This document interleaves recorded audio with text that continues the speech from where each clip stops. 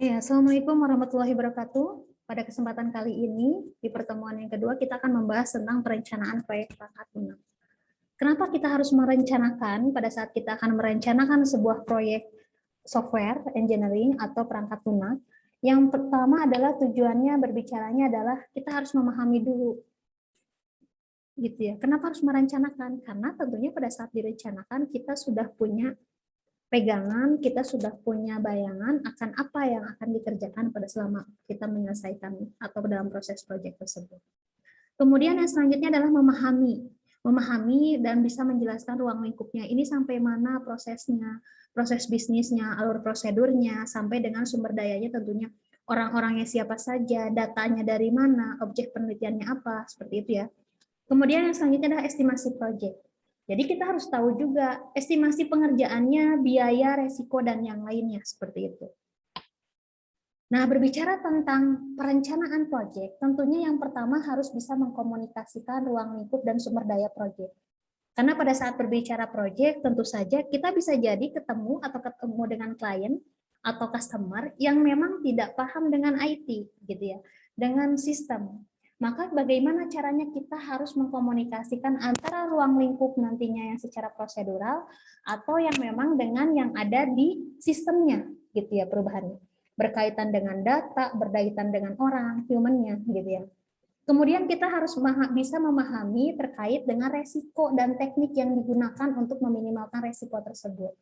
Tentunya pada saat bagaimana kalau jaringannya mati, bagaimana kalau datanya tidak lengkap, seperti itu ya. Pada saat kita akan merencanakan proyek itu harus didefinisikan dan tentunya harus paling resiko yang paling sedikit atau kecil itu yang diambil. Kemudian kita menjabarkan juga yang namanya adalah mendefinisikan biaya dan jadwal proyeknya. Karena tentunya kalau proyek di waktu, berdasarkan waktunya pasti nanti tergantung dari customer dan klien dan biaya. Maka pada saat berbicara, oke ada proyek A, nominalnya ada 100 juta, kemudian dikerjakan dalam waktu 5 bulan. Nah, berarti kita harus pace itu seperti apa? Prefer untuk biaya dan jadwal dalam 5 bulan. Seperti itu ya. Kemudian yang selanjutnya adalah memberikan kerangka kerja untuk pihak yang terlibat dalam proyek. Perlu. Jadi kita pada saat berbicara kerja dalam sebuah proyek, tentunya ada tim tadi berbicaranya. Tentunya kita harus punya kerangka kerja secara global. Kita akan mengerjakan tahapan A, B, C, D. Kemudian kita detailkan seperti itu. Dan pada saat berbicara metode untuk menjamin kualitas dan memanage perubahan-perubahan yang lain, maka nanti bisa disampaikan seperti itu. Bisa disampaikan ke dalam setiap orang-orang yang berada di proyek tersebut. Kemudian yang selanjutnya adalah bersifat sementara, berbicara tentang karakteristik proyek. Tentunya nanti ada awal dan akhir, makanya pada saat berbicara di awal kita harus merencanakan next, output sudah selesai, berarti kita akan mengakhiri proyek, next-nya di maintenance dan dikembangkan akan seperti apa, gitu ya. Kemudian harus memiliki sasaran dan tujuan yang jelas. Jadi kalau nanti buat proyek, sistem informasi X harus jelas gitu ya. Tujuannya apa? Untuk tadi mempermudah proses A, B, C, D. Sasarannya adalah tentunya lebih ke manfaat. Membantu gitu ya, bidang apa, bagian apa, dan yang lainnya. Kemudian tentunya memiliki batasan dalam sebuah proyek. Jadi nanti kalau berbicara membangun proyek, jangan sampai tidak dibatasi. Karena ruang lingkupnya akan melebar gitu ya. Pada saat sudah dibatasi, ruang lingkupnya A, B, C, D, itu ruang lingkup yang akan kita bangun dalam proyek tersebut. Karena berbicaranya apa? Waktu. Berbicaranya apa? Anggaran terbatas. Bagaimana nanti kalau ada penambahan? Karena berbicara ada penambahan, itu nanti ada tahapannya lagi, pengembangan. Maka berbicara tentang rekayasa perangkat lunak kan bukan hanya selesai, tapi ada juga yang dinamakan dengan siklus hidup. Yang namanya siklus hidup setelah selesai, dikembangkan, next lagi gitu ya, digunakan, dievaluasi, nanti ada pengembangan sampai seterusnya. Seperti itu ya harapannya. Kemudian yang selanjutnya adalah karakteristik dari proyek pengembangan software. Yang pertama adalah tidak kasat mata. Jadi memang ada gitu ya si proyeknya. Dan memang walaupun secara logika software itu memang tidak bisa dipegang, tapi bentuknya ada wujudnya. Karena tidak semua software itu ada hardware-nya gitu ya. Kemudian yang selanjutnya adalah tidak memiliki alur pengembangan yang standar. Maka tadi ada kok metodologinya ada, cuma berbicaranya adalah kita tidak harus standar menggunakan waterfall, tidak harus standar menggunakan agile. Apapun bisa, itu tergantung dengan pengembangan proyeknya, seperti itu. Kemudian metode untuk pengerjaan sebuah proyek atau software tentunya belum tentu digunakan di software yang lain, di proyek yang lain. Gitu ya, kebanyakan seperti itu. Jadi saya membangun sistem informasi akademik untuk SD Negeri 1 di Cimahi, untuk SD Negeri 1 di Bandung seperti itu. Itu belum tentu bisa digunakan sama. Maka alternatifnya itu Anda menjadi pengembang perangkat lunak yang merekayasa perangkat lunak, lebih bagus adalah Anda mengcustom. Jadi diambil dulu secara keseluruhan adalah bagaimana standar sistem informasi akademik di sekolah SD. Mau negeri mau swasta Anda custom dulu. Kalau nanti negeri di generasinya seperti ini, swasta seperti ini, maka pada saat nanti mau diimplementasikan di tempat yang berbeda, itu masih bisa digunakan. Seperti itu ya, ini untuk antisipasi. Kemudian pada saat berbicara proyek, mungkin Anda sering mendengar adanya siapa ya ketua proyeknya, project manajernya, atau GM-nya gitu ya. Nah biasanya ini emang orang yang merencanakan dan menjadwal. Jadi tadi dapat proyek 100 juta buat 5 bulan, dia harus merencanakan. Oh 5 bulan itu saya akan gunakan bulan pertama mau apa, kedua apa, ketiga sampai dengan kelima. Kemudian menjadwalkan. Jadwalnya bahkan lebih detail sampai nanti per hari dirinci seperti itu. Mengawasi proyek iya, karena kita punya waktunya tadi 5 bulan gitu misalnya ya, 5 bulan.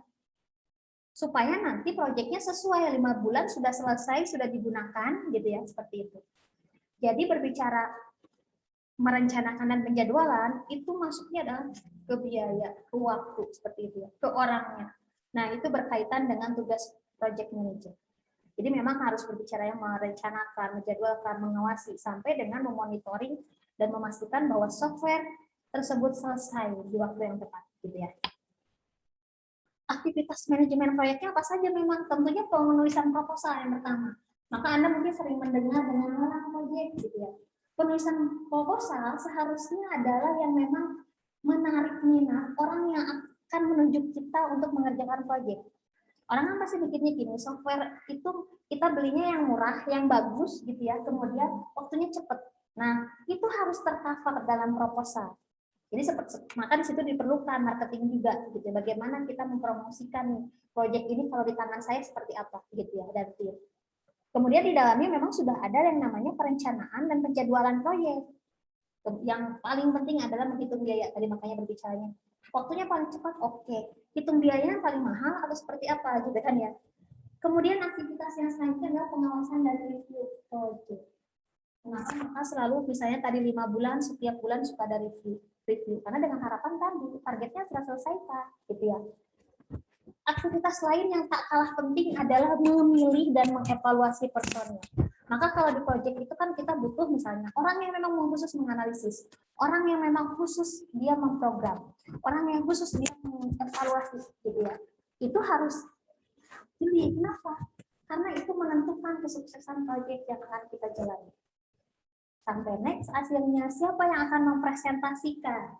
Karena berbicara kita sudah bangun software perangkat lunak yang bagus, berarti yang mempresentasikannya pun harus tadi menarik orang untuk memilih bekerja sama dengan kita dalam membangun proyek tersebut. Gitu ya.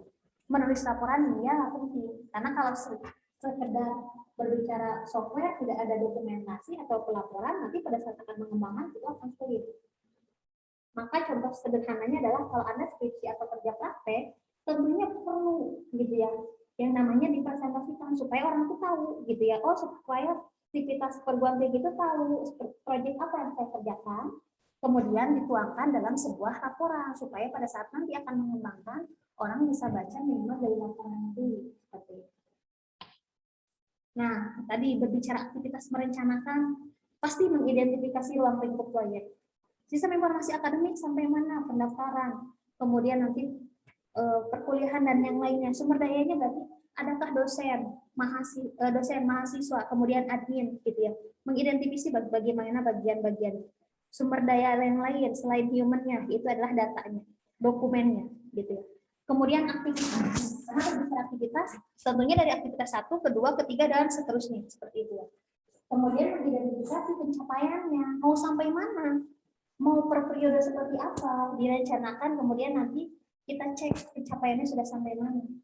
Dan yang terakhir adalah mengidentifikasi hasil kerja, sudah sesuai belum dengan keinginan klien kita tersebut. Seperti itu ya. tipe perencanaan proyek. Ada yang berbicara tentang quality, berarti kualitas. Gitu ya. Oh ini bagus, seperti A, B, C, D. Oh ya, berbicaranya ada yang tentang validation, atau validasinya seperti apa. Sesuai tidak dengan permintaan klien atau seperti operasi manajemen dan maintenance sampai dengan staff development. Ini memang tipe perencanaan yang memang harus masuk ke dalam setiap proyek yang kita bangun. Seperti itu. Kemudian yang selanjutnya adalah struktur project plan. Tentunya di sini apa dulu yang mau dikerjakan? Tadi berbicara pendahuluan, penjelasan ruang lingkup. Kalau proyeknya sudah kita akan kerjakan, ruang lingkupnya kita jelaskan. Ruang lingkup kita seperti ini. Kita akan mengerjakan sistem yang terdiri dari A, B, C, D, E, F. Maka kita susunlah organisasi proyek. Siapa yang menjadi project manager, siapa yang menjadi sekretaris, siapa yang menjadi bagian analis, programmer, QC, dan lain-lain. Nah, kemudian analisa risiko, iya, bagaimana kalau bagian aktivitas ini lewat waktunya, bagaimana kalau ditambah orang lagi, gitu ya. Kemudian nanti kita bisa tahu, oh iya, software-nya ini yang harus digunakan. Teknologinya karena A, maka kita harus tambahkan hardware ini, gitu ya.